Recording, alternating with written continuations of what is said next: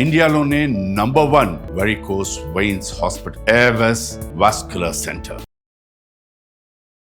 నమస్కారం, సుమన్ టీవీకి స్వాగతం. నేను మానస. శ్రీ వీరబ్రహ్మేంద్ర స్వామి వారి ఉపాసకులు, కాలజ్ఞాన ప్రవచనకర్త, ప్రాచీన ప్రశ్నాశాస్త్ర సంఖ్యాశాస్త్ర నిపుణులు బ్రహ్మశ్రీ కృష్ణమాచార్య గురువు గారు సిద్ధంగా ఉన్నారు. వారితో మాట్లాడదాం. కొన్ని ధర్మ సందేహాల గురించి మనం తెలుసుకుందాం. గురుగారు నమస్కారం అండి. జై వీరబ్రహ్మజీ. నమస్కారం తల్లి. గురుగారు, అందరూ కూడా చక్కగా నిత్య దీపం ఇంట్లో వెలిగిస్తూ ఉంటారు, నిత్య పూజ చేస్తూ ఉంటారు. అయితే ఒక్కొక్కరు ఒక్కో టైం అనేది పాటిస్తూ ఉంటారు.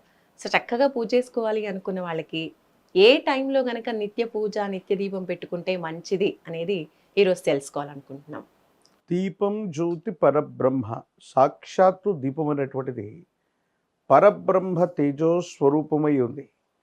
అలాంటి దీపం ఎక్కడైతే వెలిగిస్తారో అజ్ఞానం అనేటువంటి అంధకారాలే కాదు, ఇంట్లో ఉన్నటువంటి నకారాత్మకమైనటువంటి శక్తులన్నీ కూడా తొలగిపోతాయి. నీలతోయద మధ్యస్థ విద్యుర్లేకేవ భాస్వర నీవారసూకవత్తన్వి పీతా భాస్వత్వనూపమ తశిఖాయా భ్రూమధ్యే పరమాత్మా వ్యవస్థితః సబ్రహ్మ స శివ స హరిశ్చేంద్ర సోక్షర పరమస్వరాట్. ఇది నారాయణ ఉపనిషత్తు.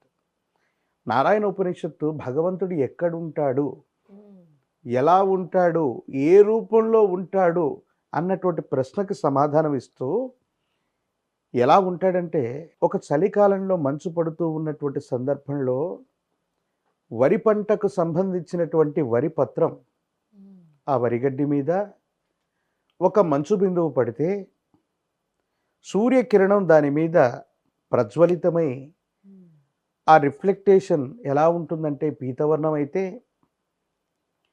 ఆ పీతవర్ణంలో మెరుస్తూ ఉన్నటువంటి ఆ రంగు ఎక్కడుంటాడు పరమాత్మ స్వరూపం అంటే తశిఖాయ భ్రూమధ్యే పరమాత్మ వ్యవస్థితః. ఈ రెండు కన్నుల మధ్య ఉన్నటువంటి బ్రుకుటి మధ్యలో పరమాత్మ వ్యవస్థీకృతమై ఉంటాడు. ఎలా ఉంటాడు అని అడిగితే మరో మాట చెప్పింది, మీరు ఇంట్లో దీపారాధన చేస్తున్నటువంటి సందర్భంలో ఆ దీపం ప్రజ్వరిల్లిస్తూ ఎలాగైతే వెలుగుతూ ఉంటుందో అదే పరమాత్మ స్వరూపం. అంటే దీపం వెలిగిస్తున్నామంటే అర్థం ఏంటి? పరమాత్మను దర్శిస్తున్నాం. ఈ లెక్కన ఎవరైతే నిత్యము దీపారాధనను వారి వారి యొక్క గృహాల్లో వెలిగిస్తూ ఉన్నారో వాళ్ళందరికీ కూడా పరమాత్మ యొక్క సందర్శనం జరిగింది అని మనం అనుకోవాలి. మరి పరమాత్మ సందర్శనాన్ని ఎప్పుడు చేసుకోవాలి? దానికి నిర్ణీతమైనటువంటి సమయం ఏదైనా శాస్త్రం చెప్పబడి ఉందా? సూర్యుడు ఉదయించక మునుపే. సరైనటువంటి సందర్భం చెప్పాలంటే సూర్యుడు ఉదయించక మునుపే.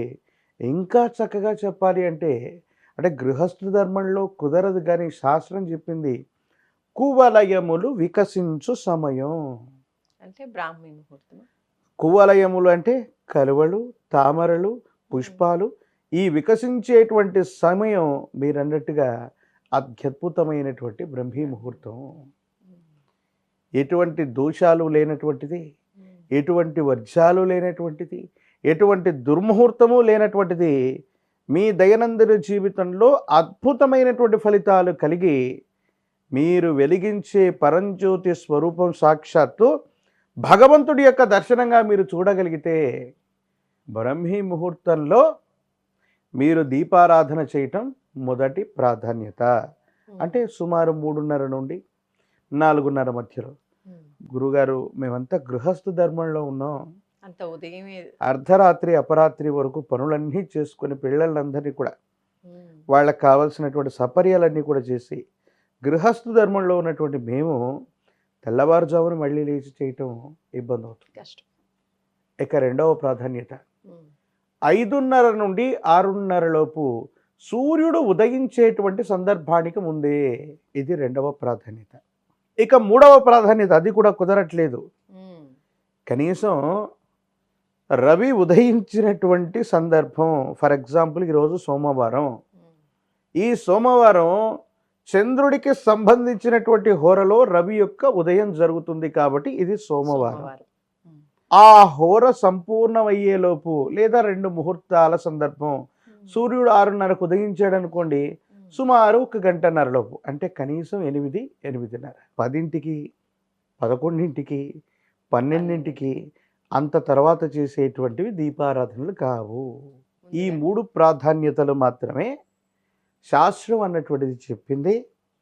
ఈ 3 ప్రాధాన్యత కలిగినటువంటి సందర్భాల్లో మాత్రమే మనం ఆ అరుణోదయ వేళ, ఆ అరుణోదయ వేళ కంటే మునుపు లేదా బ్రహ్మీ ముహూర్త సమయంలో మాత్రమే దీపారాధన చేయవలసినటువంటిది అని మనం ప్రామాణికంగా తీసుకోవాలి. వీటి తర్వాత ఒక పూటే దీపారాధన చేయాలా, 2 పూటలు చేయాలా? 2 పూటలు కూడా చేయాలా? పోనీ ఒక పూట చేస్తే ఏదైనా పొరపాటు జరిగిందా? 2 పూటలా తప్పకుండా చేయాలి. పగలు రాత్రి, భార్య భర్త, కష్టం సుఖం. గృహస్థ ధర్మంలో ఉన్నటువంటి వాళ్ళు ప్రతి వాళ్ళు కూడా ఉదయం సాయంకాలం దీపారాధన చేయటం ఉత్తమం. ఎందుకు? శ్రీరాఘవం దశరథాత్మజమప్రమేయం సీతాపతిం రఘుకులాన్వయరత్న దీపం ఆ జానుబాహుం రవింద దళాయతాక్షం రామం నిశాచర వినాశకరం. శ్రీరాముడి గురించి కూడా ఏం చెప్తాం తెలుసా? ఆయన ఎంతెత్తున్నాడు, ఎలా ఉన్నాడు వర్ణించడంతో పాటు నిశాచరములను చంపగలిగినటువంటి వాడు. చీకటి పడితే అజ్ఞానం అనేటువంటి అంధకారమే కాదు, రకరకాలైనటువంటి నెగటివ్ ఫోర్స్, మనకొచ్చే కష్టాలు, మనకొచ్చే కన్నీళ్ళు, మనకొచ్చే బాధలు, కొన్ని రకాలైనటువంటి దుష్ట తాంత్రిక ప్రయోగాలన్నీ కూడా సూర్యుడు అస్తమించిన సమయంలోనే ఇంట్లోకి వస్తాయి. అందుకే ఇంటి నుంచి మనం బయటికి వెళ్ళేటప్పుడు, ఊరు వెళ్తున్నా కూడా చీకటి పడకుండా ఇంట్లో ఒక లైట్ను ఉంచండి, లేదా ఇల్లు మొత్తం చీకటి అయిపోతుంది, కనీసం ఒక్క బల్బునైనా వెలిగించి మనం వెడదాం, దీపం లేకుండా మనం పడుకోకూడదు అంటుంటారు. గబ్బిలాలు ఉన్నాయి తల్లి. ఎలాంటి చోటుకి వెళ్తాయి? నిషీధి, చీకటి ఆవరించినటువంటి చోటుకి. భూత ప్రేత పిశాచ గణాలన్నీ కూడా ఎక్కడికి వెళ్తాయి? సంపూర్ణంగా నిషీధి, చీకటి ఉన్నటువంటి చోటుకి. ఏ ఇంట్లోనైతే మనం పరమ సంతోషంగా ఉండాలనుకుంటాం, సాయంకాల సమయంలో కూడా దీపారాధన చేయాలి. ఎప్పుడు సాయంకాలం అంటే 3ంటికి 4ంటిగా మనం అనుకుంటాం. సాయంకాలం 3-4 దాటితే గుడ్ ఈవినింగ్ అని మెసేజ్లు పెట్టుకుంటాం. దాని ప్రమాణం అది కాదు. సూర్యుడు అస్తమించినటువంటి మరుక్షణం సాయంకాలం సుమారు 6:30-7 మధ్యలో, లేదా 6:30-6:15 మధ్యలో సూర్యాస్తమయం జరిగిపోయింది. 7ంటిలోపు దీపారాధన చేయటం, 7:30లోపు చేయటం. అంతేకాని 8ంటికి, 9ంటికి, 10ంటికి నిద్రపోయేటువంటి ముందు దీపారాధనలు చేయకూడదు. ఎందుకంటే భగవంతుడికంటూ ఇంట్లో యజమానికి ఎలాగైతే ఒక పడక గది, వంట చేసుకోవడానికి ఎలాగైతే ఒక వంటిల్లు, పిల్లలు చదువుకోవడానికి ఒక ప్రత్యేకమైనటువంటి గది ఎలా ఉంటుందో, భగవంతుడికి కూడా మన ఇంట్లో పూజా మందిరమును, పూజా గదమును, దేవుడి గది అని సపరేట్గా నిర్మించుకుంటున్నాం.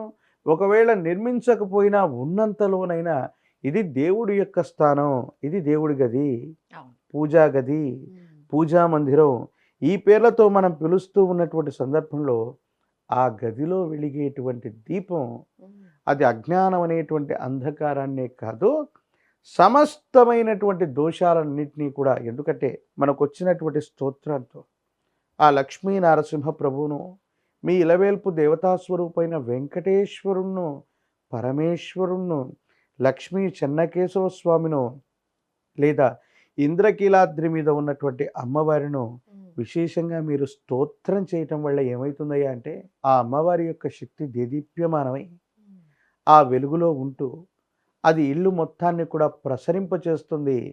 సానుకూలవంతమైనటువంటి స్థితిగతుల్లో మీకు అనుకూలవంతమైనటువంటి భావనలు ఇచ్చి సుఖాన్ని, సంతోషాన్ని మీ ఇంట్లో ఏ కష్టాన్ని లేనటువంటి పరిస్థితిని ఇస్తుంది. కాబట్టి మీరు దీపారాధన వెలిగిస్తున్నారు ఇంట్లో అంటే దైవ దర్శనాన్ని అనునిత్యం చేస్తున్నారనే దానికి గుర్తని నారాయణ ఉపనిషత్తు చెబుతోంది.